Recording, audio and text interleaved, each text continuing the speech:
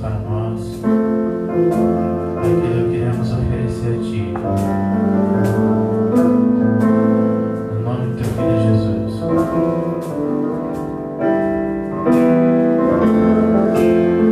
Enche este ambiente, enche este lugar.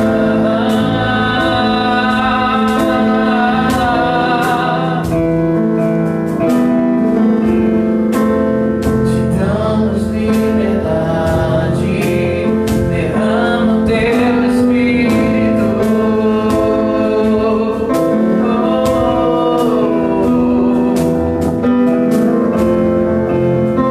Enche este ambiente, enche este lugar.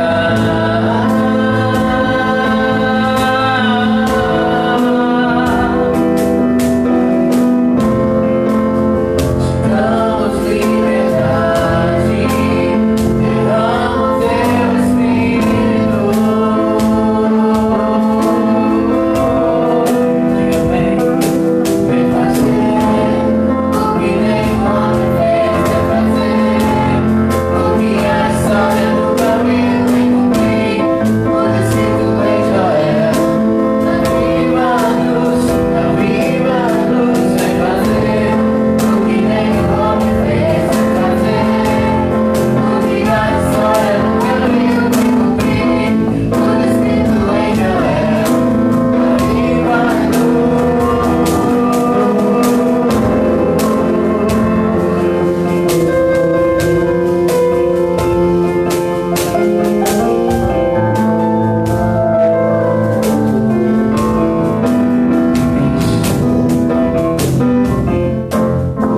enche este ambiente, enche este lugar.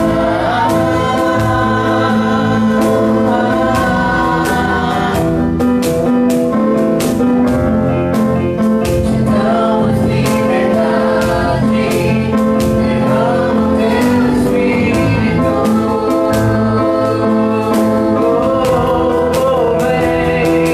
Vem fazer o que nem homem fez, vem fazer o que a história nunca viu, vem cumprir o desígnio em Joel. Aviva a luz, vem fazer o que nem homem fez, vem fazer o que a história nunca viu, vem cumprir o desígnio em Joel. Aviva a luz, que seja hoje, seja agora, vem derramar o Teu Espírito. Seja hoje, seja agora, vem derramar o Teu Espírito. Seja hoje, seja agora, vem derramar o Teu Espírito. Seja hoje, seja agora, vem derramar a terra clamar. Oh, a terra chama, chama, chama. Mais uma vez queremos ver o céu descer.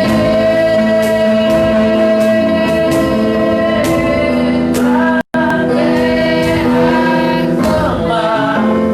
Oh,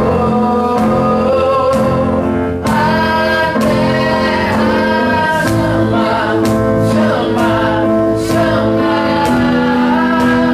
Mais uma vez queremos ver o céu descer.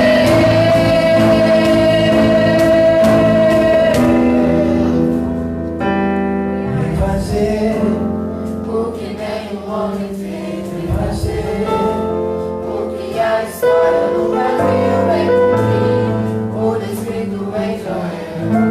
Aviva a luz, vem fazer o que nem o homem fez, vem fazer o que a história nunca viu, vem cumprir o descrito em Joel. Aviva a luz.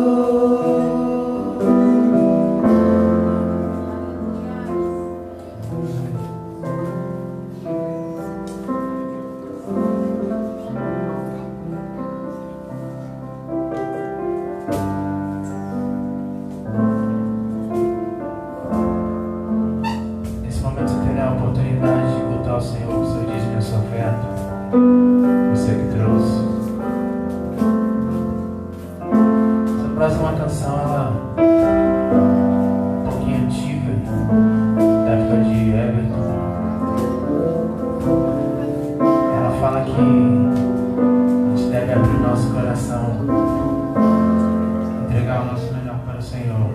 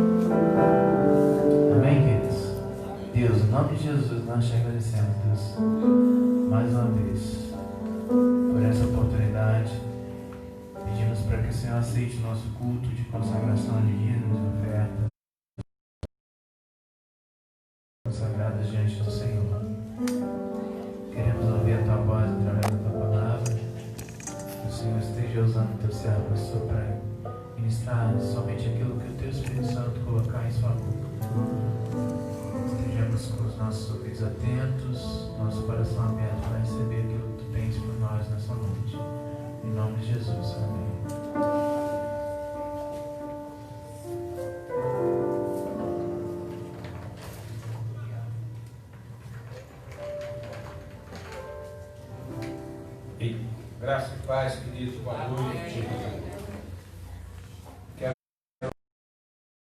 Desculpe pelo nosso atraso. Esses dois meninos aqui chegaram correndo do trabalho, tomou aquele banho refresh, louvo a Deus pela vida deles. Imagino que estão muito cansados depois do dia de trabalho. E por isso que a gente só demorou um pouquinho, tá bom? Obrigado pela sua paciência de poder esperar e sua compreensão também. Estou muito feliz de estar aqui com vocês. Essa noite linda, bonita, quarta-feira de muito calor. Sol muito quente hoje, mas que bênção. Eu quero convidar as crianças aqui para a gente orar por elas, para elas poderem ir para o culto com a tia Luna.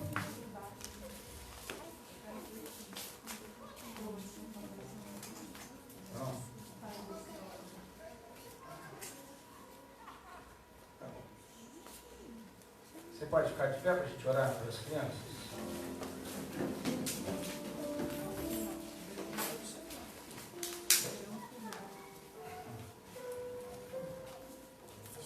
Pode estender as mãos aqui para a gente poder abençoar as crianças. Pai, em nome de Jesus, queremos pedir ao Senhor a tua bênção pela vida de cada criança que está aqui entre nós. O Senhor mesmo providenciou a chegada delas até aqui.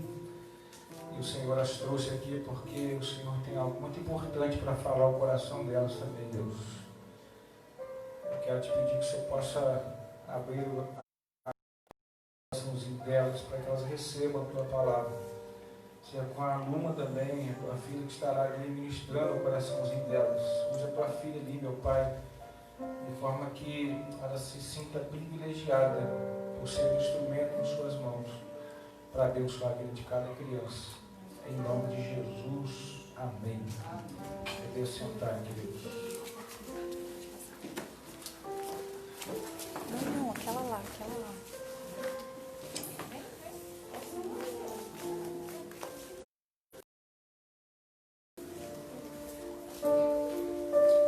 Quero te convidar a abrir a Bíblia em Lucas, capítulo 9. Evangelho segundo Lucas, capítulo 9.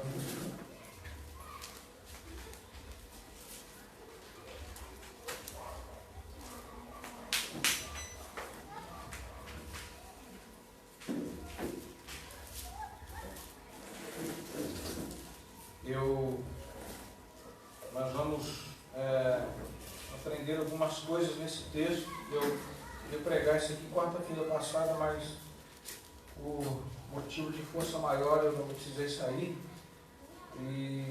Só que isso está muito assim no meu coração e eu quero muito compartilhar com vocês isso.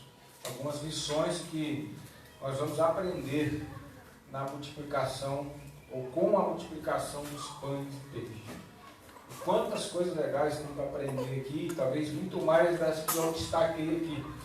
Então eu quero te convidar a abrir a Bíblia em Lucas 9, do verso 10 ao 17. Eu vou ler aqui na Bíblia que está comigo e vou pedir para os irmãos estarem acompanhando aí, por favor. Ao regressarem, os apóstolos relataram a Jesus tudo o que tinham feito.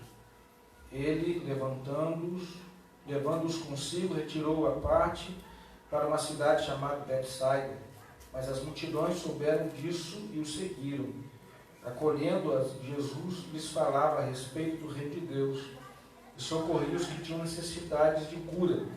Mas o dia estava chegando e ao fim, então os 12, se aproximando de Jesus, disseram: dispersa a multidão, para que indo as aldeias e campos ao redor se hospedem e encontrem alimento, pois estamos aqui em lugar deserto. Jesus, porém, lhe disse: deem vocês mesmos de comer a eles. E os discípulos responderam: não temos mais que 5 pães e 2 peixes, a não ser que nós mesmos vamos compremos comida para todo este povo. Porque estavam ali cerca de 5.000 homens. Então Jesus disse aos discípulos: façam com que se assentem em grupos de 50. Eles atenderam, fazendo com que todos se assentassem.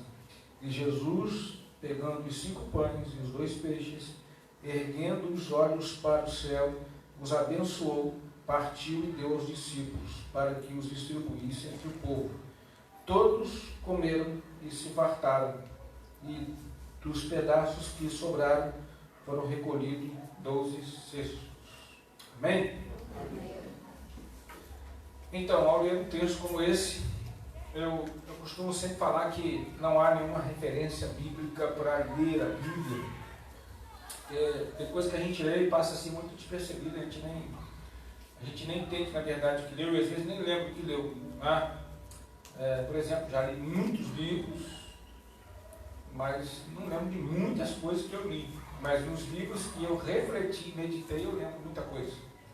Então não há referência bíblica para ler a Bíblia, mas para você meditar na palavra de Deus.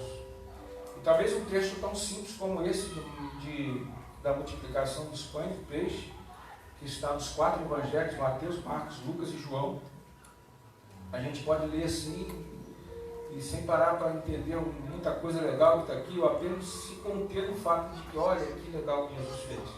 Pegou 5 pães e 2 peixes e multiplicou isso, conseguiu alimentar 5.000 homens, sem contar mulheres e crianças.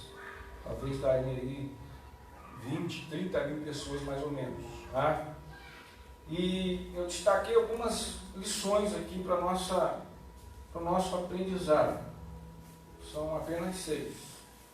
E eu prometo que eu termino antes de meia-noite, se Deus assim permitir. Essas lições eu quero compartilhar com os irmãos porque para mim foi muito importante parar um pouquinho para pensar sobre essas coisas que aconteceram aqui nesse texto.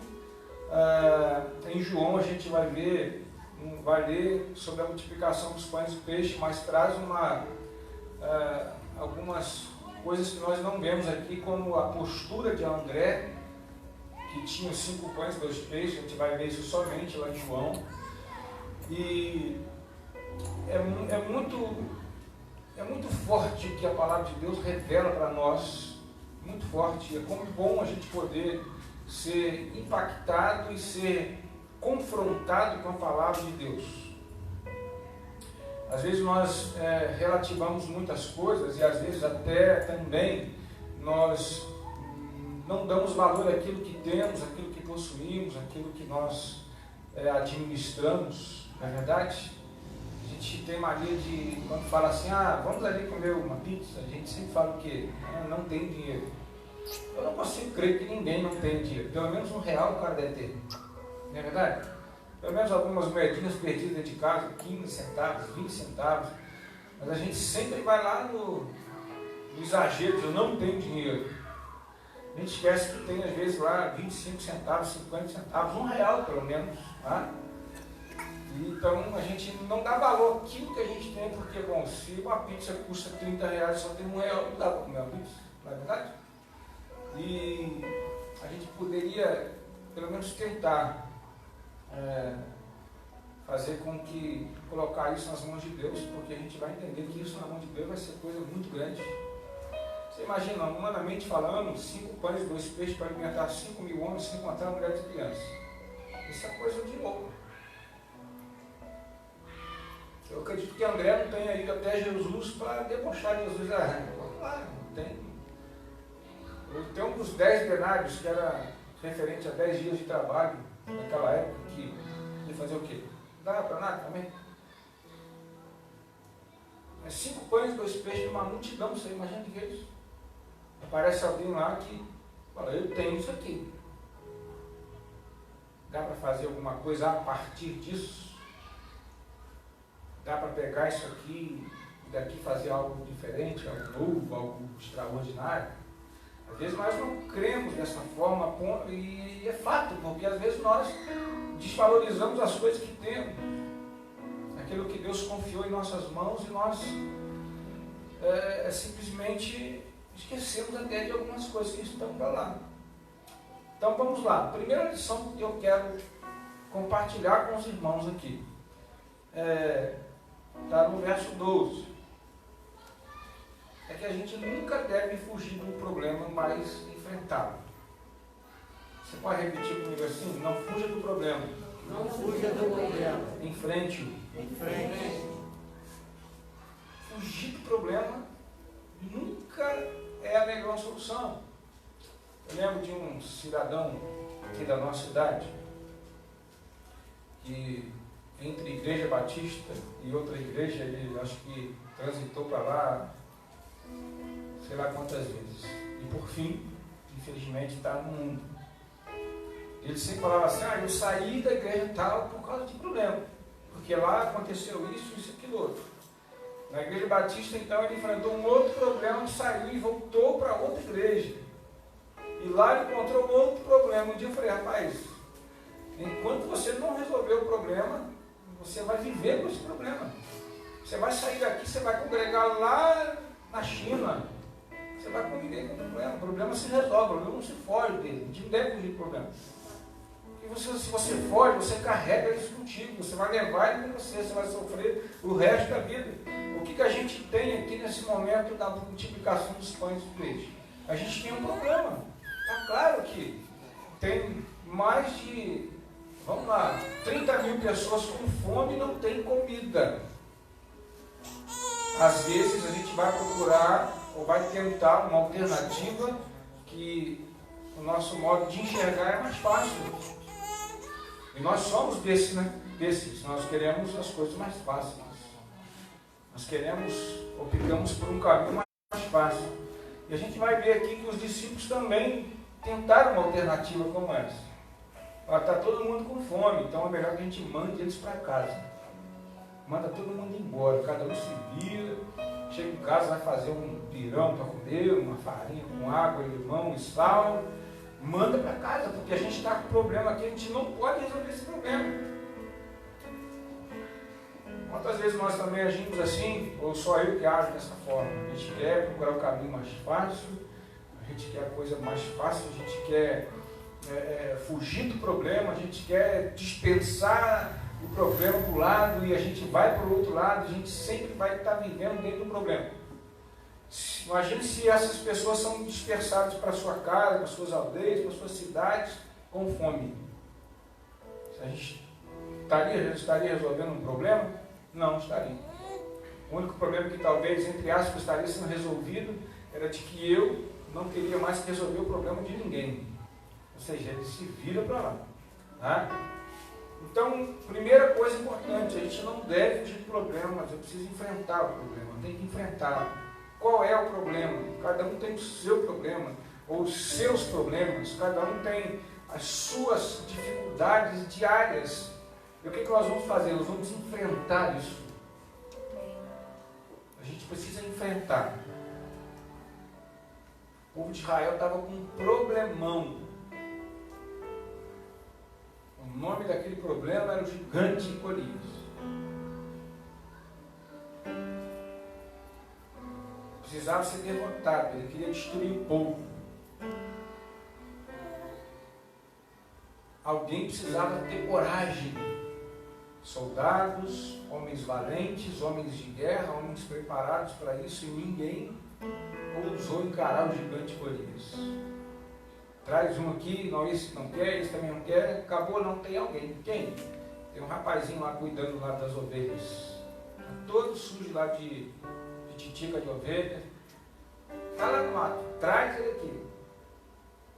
Imagina, se para um cara que é um homem de guerra, bom de espada, bom de briga, era da linha de frente das batalhas.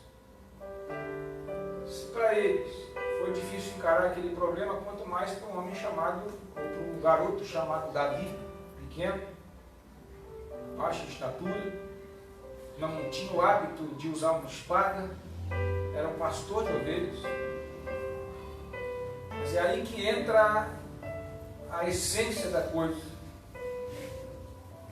Davi decide lutar contra aquele gigante, mas não com suas próprias armas, não com as suas próprias forças, até porque ele não tinha força e nem tampouco estratégia de guerra para isso. Ele olha para aquele gigante, para aquele problema enorme que ele tem na sua frente, que poderia fugir, poderia correr, mas ele olha para ele e diz assim: você vem a mim com lança, com escudo, mas eu vou a ti em nome do Senhor dos Exércitos. É assim que nós devemos encarar os nossos problemas também. Porque quando os problemas surgem, creio que Deus permite que algumas coisas aconteçam, mas eu tomo posse da palavra de Deus que diz que nós jamais seremos provados além daquilo que a gente pode suportar. Se Deus me deu uma prova, é porque eu sou capaz de suportar essa prova. E eu só vou vencer também se eu entender que não será com as minhas forças e nem com minhas armas, com as minhas estratégias, mas será em nome do Senhor dos Exércitos que nós vamos vencer e encarar esse problema de frente. Você crê nisso? Amém? Segunda coisa que eu aprendo aqui, eu quero compartilhar com você, a gente precisa utilizar os poucos recursos que temos e não desperdiçar. Utilizar poucos recursos que temos e não desperdiçar. Falei aqui da pizza, né? Vamos comer uma pizza, a pizza é 30, você só tem R$1. Já é um bom sinal. Você só precisa agora de R$29.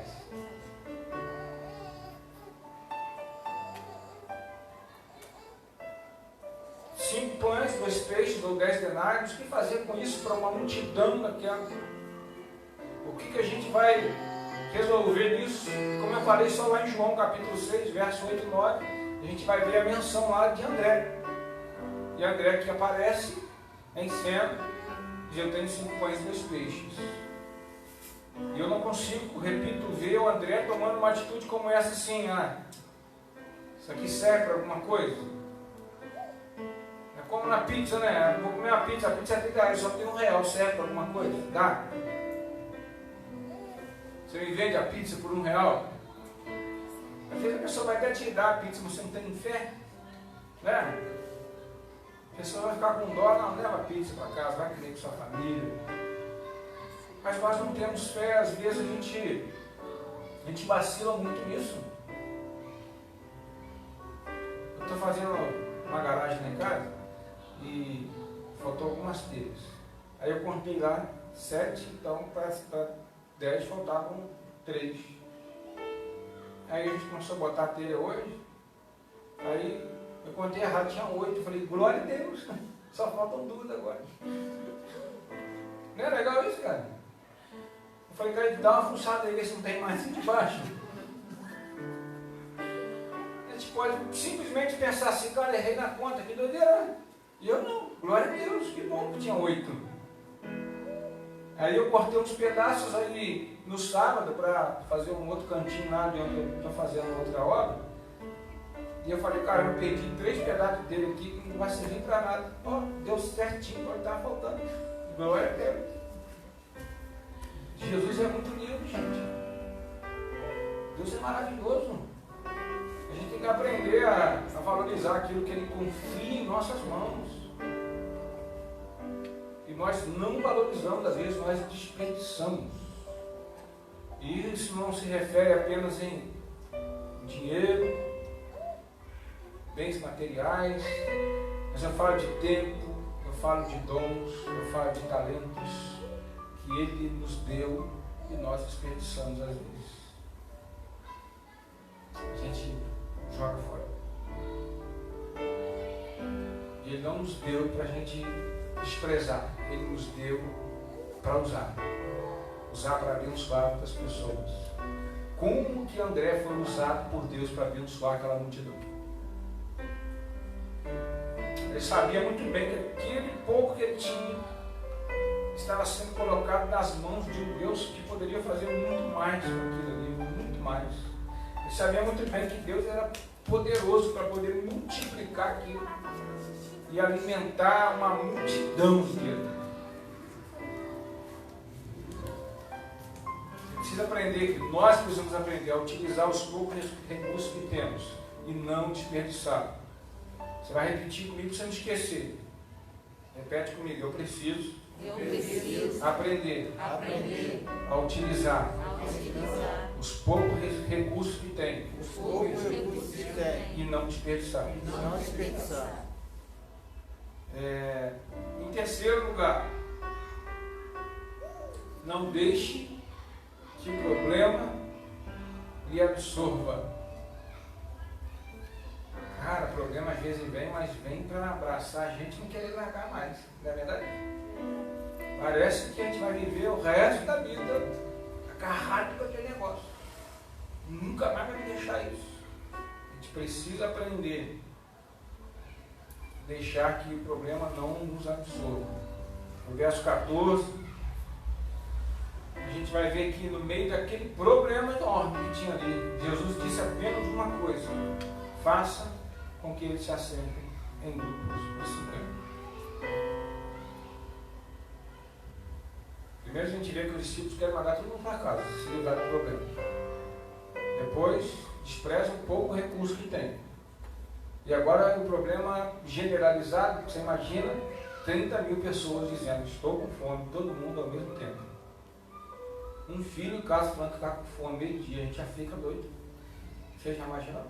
Mariá chorando para mamar, né? Você imagina 20 mil, 30 mil Mariá chorando ao mesmo tempo. Ninguém aguenta. Jesus toma o controle da situação e despede que se assentem grupos de 50 em 50. Aí você imagina bem a paciência do cara pegar 30 mil pessoas e dividir em grupos de 50 em 50. Às vezes a gente não tem paciência com as crianças na igreja. Nós tem meia dúzia, tem 10, tem 12, senta aqui que a criança vai levando. 30 mil pessoas em grupo de 50, com fome, gritando, reclamando. Jesus pede que eles se assentem, ou seja, pede que eles se acalmem. Sabe o que ele nos ensina aqui? A ter paciência, a esperar o momento certo dele agir. Somos muito imediatistas, eu costumo falar isso. As nossas orações são aquelas orações que a gente quer fazer igual miojo, ou até mais rápido. A gente ora em 2 minutos e já quer o negócio resolvido em 2 minutos. Abre os olhos, já quer ver o milagre acontecendo na nossa frente. Deus, ele é poderoso para isso, ele pode sim fazer, mas não é no meu tempo, é no tempo de Deus. Não é na hora que eu quero, é na hora de Deus. Deus, eu já não estou aguentando, ele sabe que a gente não está aguentando. Quando o apóstolo Paulo vai falar do espinho na carne, ele vai reclamar daquele espinho que machuca, que ele já não está suportando mais. Eu vejo como se Jesus estivesse dizendo para ele assim: olha, aprenda a conviver com isso. Eu não vou tirar o espinho da tua carne agora, mas eu vou aumentar a graça. Porque Paulo ainda chega a dizer: a tua graça me basta, pois o teu poder se aperfeiçoa na minha fraqueza. Então eu não vou tirar ele agora, eu vou aumentar a graça para você suportar isso. Então a paciência que falta na gente que é demais. A gente quer tudo para a hora, a gente quer que... quero acordar amanhã e ver tudo resolvido. Quem dera se fosse assim, não é verdade? Às vezes nós somos surpreendidos no amanhã com outro problema, talvez até pior do que tempo. Mas a gente não pode se esquecer que quem está no controle da situação é Jesus. Você crê nisso? Amém. Ele está no controle da situação. Eu tenho 49 anos de idade. Quantas tempestades já vivi, quantas vivo e quantas viverei? Muitas. Mas eu nunca perdi a minha consciência de que Jesus está no controle de tudo. Ele está cuidando de todas as coisas. Ele diz: acalma o teu coração. Acalma. Em quarto, eu já até falei que dianteiro é a paciência. Ter paciência. A gente precisa observar, lendo o texto, que houve um tempo entre a fome e o milagre. Houve um tempo para isso acontecer. Não foi assim: estou com fome, pá, pronto, aqui, comida aqui, pode comer. Como eu falei, nós somos imediatistas. A gente quer as coisas muito para a hora. Mas houve um tempo, houve uma distância entre a fome e o milagre. Jesus, ele recebe os alimentos ali, 5 pães e 2 peixes, pega em tua mão, levanta os céus, dá graça. Mas antes disso, ele orienta os discípulos, vai lá, organiza todo mundo, coloca todo mundo sentadinho. Ele orientou os discípulos vão lá e organizam a multidão, ele ora, multiplica e reparte. Tudo tem tempo certo, tudo é um detalhe que Jesus tem preparado. Então, Jesus, ele recebe alimento, ele orienta os discípulos, organiza a multidão, ele ora, multiplica e reparte. Tudo no seu tempo certo, tudo no tempo devido. nós não podemos atropelar as coisas. Se a gente atropela, o ditado popular aí de nós da roça aí é que o negócio de botar o carro na frente dos bois, não é verdade? Não dá certo, né? Os bois têm que estar na frente puxando a carroça. Se você inverte, não vai funcionar isso. E quando nós tentamos tomar a dianteira da coisa, nunca dá certo. E às vezes você pode até pensar, mas pastor, já fiz alguma coisa que deu certo.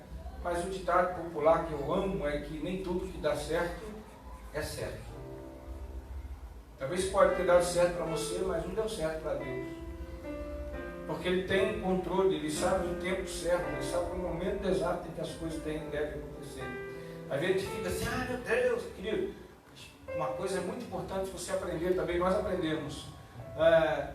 Se na tua cabeça está demorando a acontecer alguma coisa na tua vida, um milagre, a bênção daquilo outro, é porque talvez você não esteja preparado para receber isso de Deus. E o que vai preparar a gente é o tempo. O que vai preparar a gente é essa escola que a gente está vivendo, essa faculdade que somente Jesus pode proporcionar a gente viver. O amadurecimento que a gente vai adquirindo dia após dia. Aí sim, quando isso acontecer, aí Ele não vai deixar de te abençoar. Ele não vai deixar de operar o milagre que você está tanto esperando na sua vida. Eu lembro que quando eu entendi meu chamado, já tinha alguns anos de vida cristã. E alguém me perguntou assim, nossa, você está tanto tempo na igreja, só agora que você foi descobrir o chamado, ministerial e tal. Como é que é isso? Tem gente que já se converte, daqui a um mês já tem um seminário e tal. Eu falei, bom, eu vou explicar da forma que eu entendo. Eu fui descobrir o meu chamado. Ou o Senhor disse assim, você é vocacionado para isso a partir do momento que eu comecei a viver mais intensamente a minha vida com Deus. Porque o chamado a gente tem, você tem. A mais novinha aqui é a Maria. A Maria tem o chamado, tem a vocação dela. Já está nela. Eu creio nisso. Assim como está na vida de cada um de vocês aqui. Só que isso só vai explodir quando a gente realmente estiver alinhado com Deus. Porque Deus não vai dizer para alguém assim, ó, você tem um chamado para ser missionário, você vai para o campo, sem que você esteja alinhado com a vontade de Deus. Porque para ir para o campo você tem que abrir mão de muita coisa, da família, de tudo. Está aí, ó, o pastor Estevam abriu mão de tudo para poder atender o chamado. Então, se você não estiver alinhado com Deus, você vai chegar lá na esquina e voltar. Quando eu fiz minhas viagens missionárias, a gente ia em caravana, de ônibus, um monte de gente. Já saí fora do Brasil de ônibus. Tinha gente que estava na viagem com a gente, na caravana missionária, que às vezes no meio da semana queria largar tudo e voltar para casa, e às vezes voltava. Porque achava que era uma viagem apenas, a gente vai fazer uma viagem, não é uma viagem apenas. É quando eu falo, pô, eu fui na Argentina, caraca pastor, você foi na Argentina? Foi, mas eu fui de ônibus, eu levei 3 dias para chegar lá e mais 3 dias para voltar. Não foi, você foi em Buenos Aires, né? Não, nem passei perto.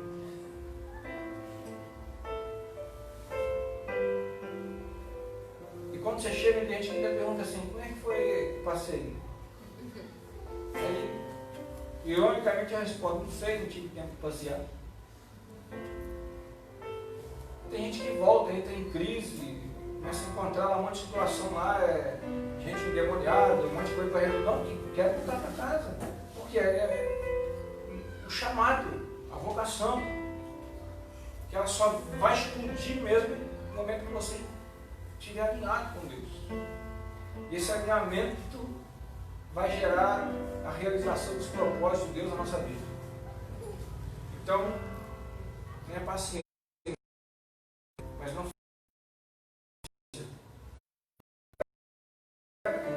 enquanto o Espírito ministra paciência na tua vida, você vai sendo mais íntimo de Deus. Se aprofunde no relacionamento com Ele. Vai ao máximo que você puder ir.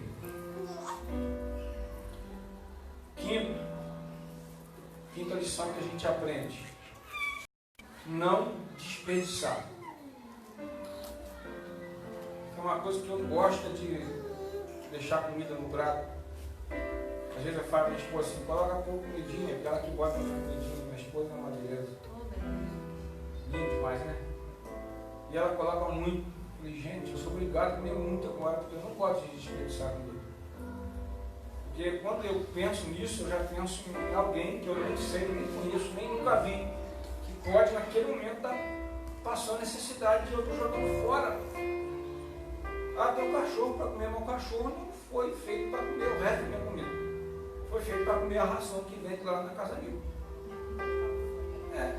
A gente, por falta de opção, acaba dando para o cachorro. Então, desperdiçar. Sobrou ali pães e peixes à vontade, deixa aí, porque o urubu vai comer, a ave de rapina vai demorar isso aí, vai aparecer os cachorrinhos.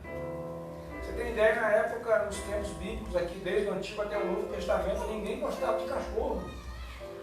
Era o animal mais desprezado naquela época. Ninguém gostava dele. Estava lá, até de paulada dava para o cachorro, para matar, para subir de lá. Você imagina pegar a comida que sobrou e dar para o cachorro. Acho que o cara que deu quer morrer de paulada. Só pode. Então a gente não deve, a gente tem que aprender a controlar as coisas. Fazer o que é necessário, usar o que é necessário. Isso é em tudo na nossa vida, queridos. É na igreja. É a água da igreja, a energia elétrica, é o papel higiênico, é o sabão. Uma vez lá na Bíblia eu peguei um garoto fazendo uma arte lá, rapaz. Só não puxei a orelha dele porque o pai dele era bravo. Cheguei no banheiro e estava urinando no rolo de papel higiênico. Eu falei: esse garoto não aprendeu em casa porque como é que funciona o negócio. Então desperdício. O que você vai fazer com aquele papel higiênico? Vai jogar fora. Então a gente precisa aprender a não desperdiçar. Verso 16 diz que todos os pedaços que sobraram foram recolhidos. Foram colocados em 12 cestos. Dava para comer um pouco mais. E por último, em sexto lugar, muito importante, ou mais importante, sem desmerecer os outros pontos que para mim são importantes. Mas isso eu considero top. Não se distancie de Jesus. Você pode repetir isso? Não se distancie de Jesus. Fala de novo para ficar comigo. Não se distancie de Jesus. Sem Jesus lá naquele monte,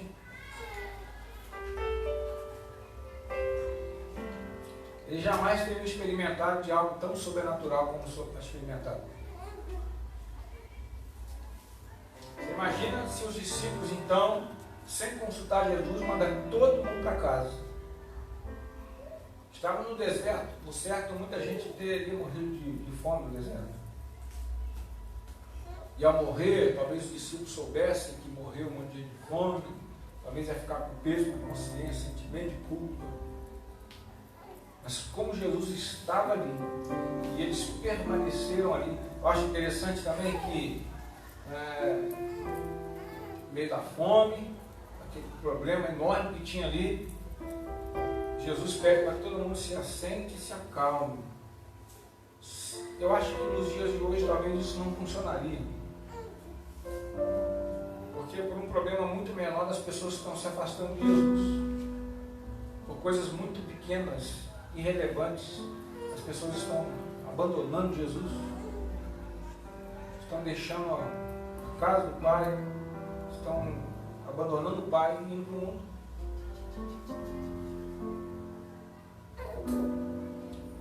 A solução não estava em despedir a multidão. Não era esse o ponto mais importante. Não era mandar as pessoas embora. Mas ao contrário, era trazer elas para perto de Jesus.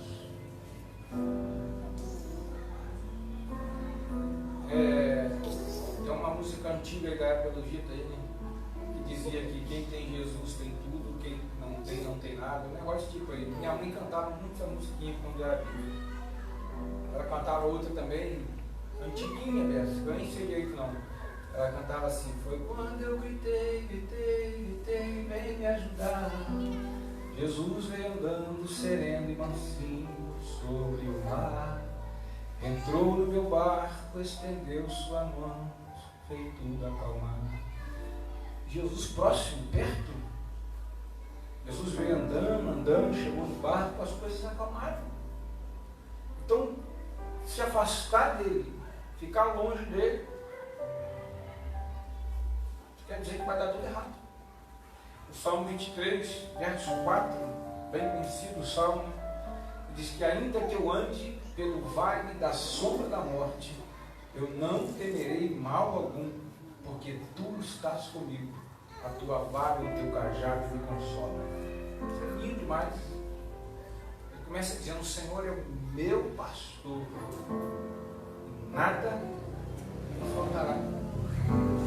É alguém que está próximo de Jesus, é alguém que está ao lado dele, é alguém que decidiu mesmo no meio do vale da sombra da morte estar com Cristo, é alguém que decidiu mesmo na pior das hipóteses permanecer com Jesus. Ainda que eu ande pelo vale da sombra da morte, eu não vou ter medo de nada, porque eu sei que Ele vai estar comigo.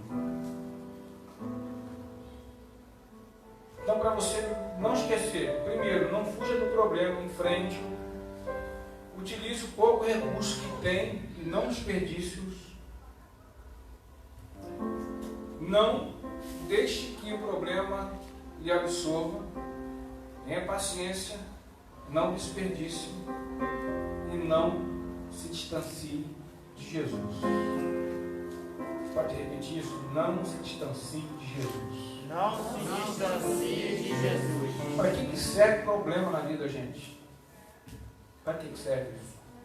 Para trazer depressão, para trazer dermatite, para trazer dor de coluna também, porque o estresse te deixa assim, para te deixar sem dormir.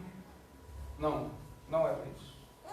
Os problemas surgem na nossa vida. E a gente tem que aproveitar esse momento para a gente se tornar cada vez mais íntimo de Jesus. Depender mais ainda dele, mais do que já dependemos. Porque imagine você quando está doente, está passando mal. Qual é a sua atitude?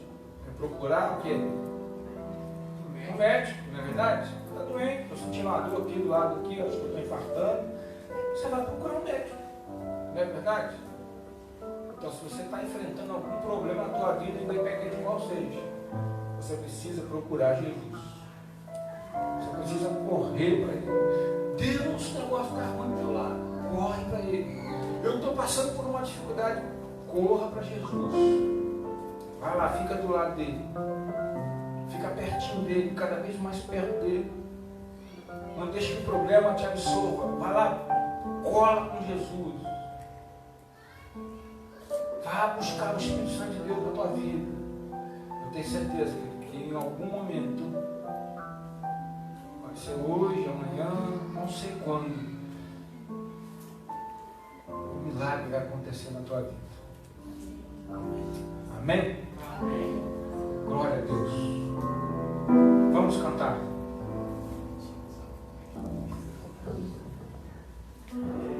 Ele me provocou, gente. Essa aqui é na época que eu era criança pra caramba. Mas essa música ela fala em algumas situações, baseado no que o pastor começou falando. A gente até pensa em parar, desistir, voltar atrás. Mas a gente sabe a quem recorrer. É clamando o nome de Jesus que a gente consegue vencer as situações mais adversas possíveis.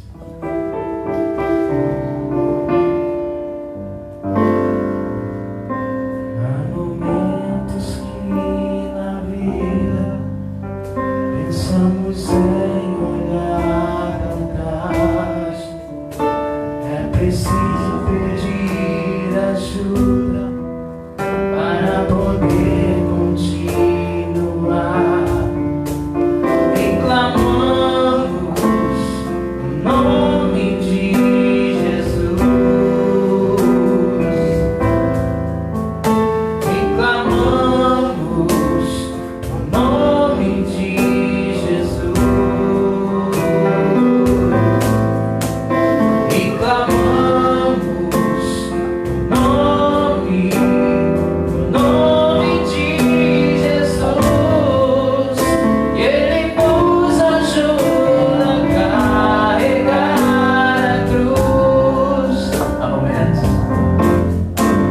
Há momentos que na vida pensamos em olhar para trás.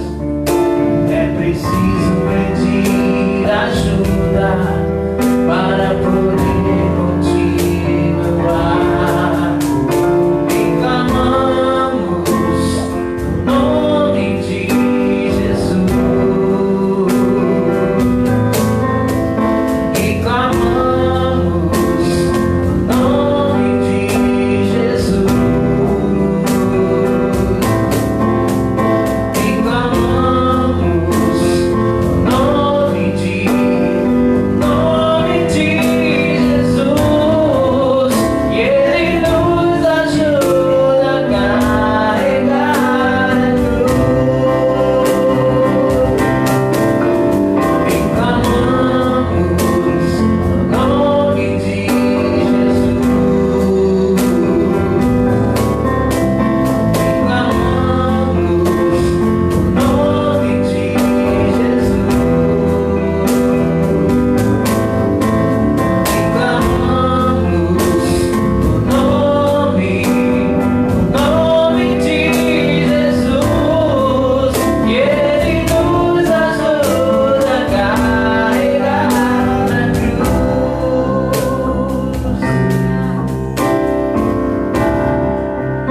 Encontrei um grande amigo.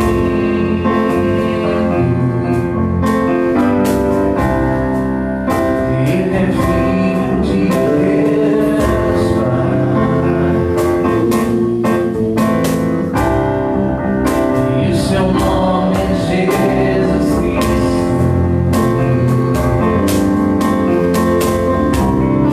Ele a gente pode confiar. Encontrei um grande amigo.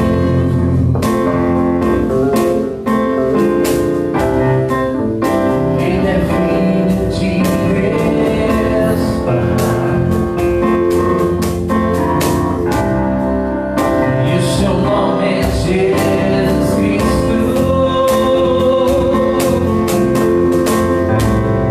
Ele a gente pode confiar. A gente pode deve confiar. Jesus, Jesus.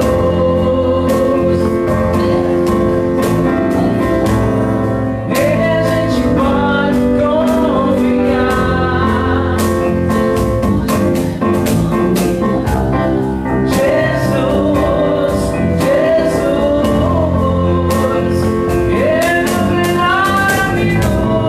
E a gente pode confiar. A gente pode deve confiar.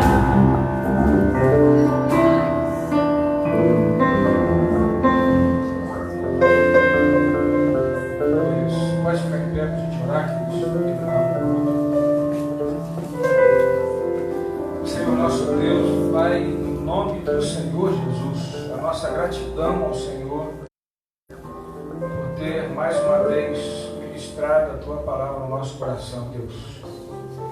Obrigado, Senhor Deus, pelas lições que o Senhor trouxe para nós essa noite, por esse aprendizado, por ter aumentado em nós a Tua graça para suportar, ó Deus, as lutas, as adversidades e todas as dificuldades que nós temos no nosso dia a dia. Deus, nós te pedimos que o Senhor venha encher encher-nos cada vez mais com a tua graça e com a tua misericórdia, que é a causa de nós não sermos consumidos. Pai, nos ensine através da tua palavra e pelo teu Espírito Santo, ó Pai, a viver cada vez mais dependente do Senhor. Obrigado pela vida dos meus irmãos que vieram aqui nessa noite. Que o Senhor possa abençoá-los cada vez mais. Leve-nos agora para casa, debaixo da mão bendita e poderosa do Senhor, Pai. Guarda o Elias, a Marcele,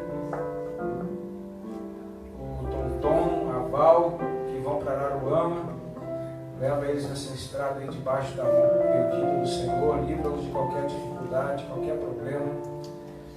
E ao chegar em casa, Deus, eles possam glorificar o teu nome pelos livramentos que o Senhor deu, mesmo aqueles que eles não viram, mas porque a tua boa mão esteve sobre eles.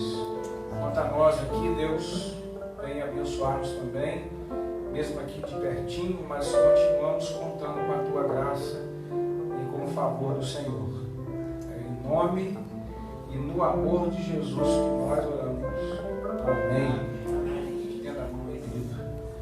E que o amor do nosso Deus, o nosso Pai, que a graça infinita, bendita e salvadora de Jesus Cristo, o teu Filho amado, e que as mais doces e ricas consolações do Espírito Santo de Deus esteja com a sua igreja reunida aqui nesse lugar e com todo o povo de Deus espalhado pela face da terra, agora e eternamente. Todos digam amém. Amém. O Senhor Cristo, Deus